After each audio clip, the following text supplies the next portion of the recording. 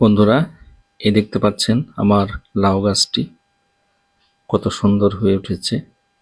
এই আগাগুলো দেখতে পাচ্ছেন কত সুন্দর। আমি কিভাবে পরিচর্যা করেছি এই গাছটিতে, তারপর আমি কি সার ব্যবহার করেছি, আজকে সম্পূর্ণ ভিডিওটি দেখে নিন। দেখলে পরে বুঝতে পারবেন। স্কিপ করলে কিছুই বুঝতে পারবেন না। বন্ধুরা, স্কিপ করবেন না।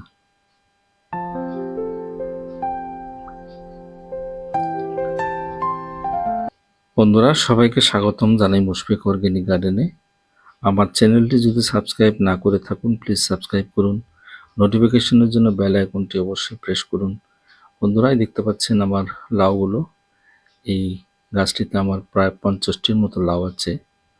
বন্ধুরা, লাউ সাধারণত সবারই প্রিয় খাদ্য। এটি আপনি মাছ দিয়ে রান্না করেন বা মাংস দিয়ে রান্না করেন, খেতে খুব স্বাদ লাগে।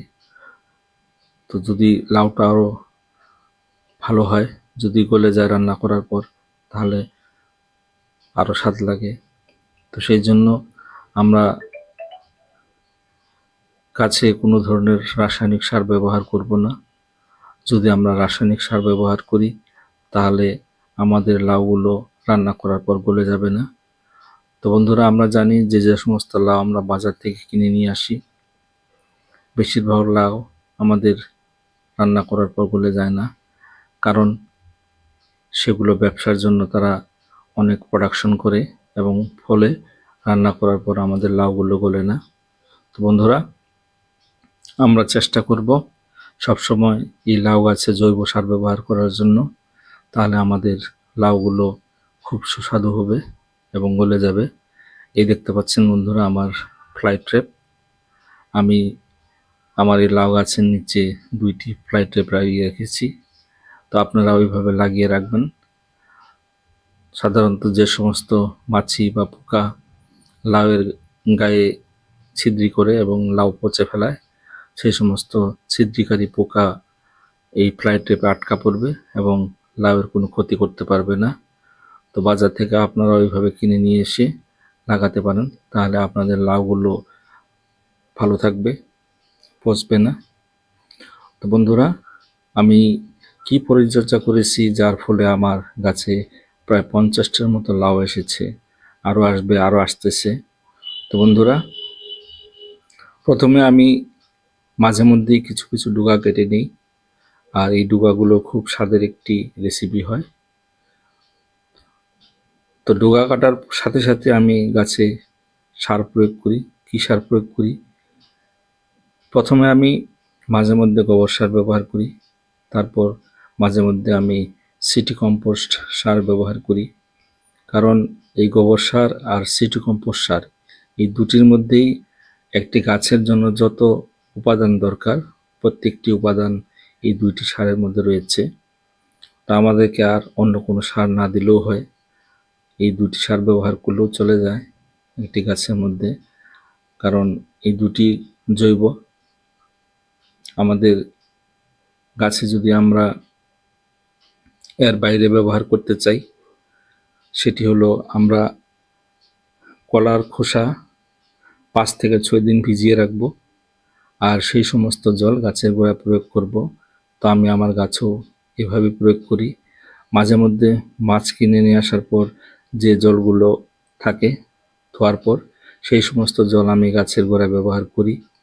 তারপর রান্নাঘরের যে সমস্ত শাকসবজি ছিলকা থাকে, ছালবাকল থাকে, সেই সমস্ত ছালবাকল আমি 5 থেকে 6 দিন জলে ভিজিয়ে রাখি। তারপর সেই জল আমি গাছের গোড়ায় ব্যবহার করি।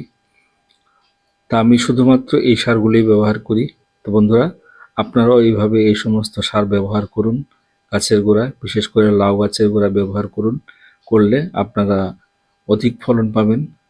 আমি যেমন আমার এই ছোট্ট গাছটিতে দেখতে পাচ্ছেন প্রায় 50টির মতো লাউ ধরেছে। তো এইভাবে আপনারাও লাউ ধরাতে পারবেন এবং আমার এই লাউগুলো খুব গলে যায়, রান্না করার পর খুব স্বাদ লাগে। তো আমি এখন দিয়ে দিচ্ছি আমার সিটি কম্পোস্ট সার। এর আগে আমি দেখিয়েছি আপনাদেরকে যে আমি দিয়েছিলাম কলার খোসা ভিজানো জল। সেগুলো আজকে দেখাতে পারিনি, অনেক লম্বা হয়ে যাবে ভিডিও। তো বন্ধুরা, সিটি কম্পোস্ট সার ব্যবহার করতেছি এই জন্যই, কারণ এটির মধ্যে সব প্রকার উপাদান রয়েছে একটা গাছের জন্য যতটুকু প্রয়োজন। তারপর আমি এটিকে ভালোভাবে ছড়িয়ে দিচ্ছি। ছড়িয়ে দেওয়ার পরে আমি জল ঢেলে দিব। তো আপনারা ওইভাবে ব্যবহার করবেন। তারপর গাছের যে সমস্ত বুড়ো পাতা আছে, বুড়ো পাতাগুলো আপনারা হাত দিয়ে ছিঁড়ে ফেলবেন। তারপরে গাছের গোড়ায় যে সমস্ত কুশি জ্বালায় বা বের হয়ে আসে, সে সমস্ত কুশি আপনারা হাত দিয়ে ছিঁড়ে ফেলবেন। এই দেখতে পাচ্ছেন আমার এই গাছ কয়টা থেকে কুশি বের হয়ে আসছে।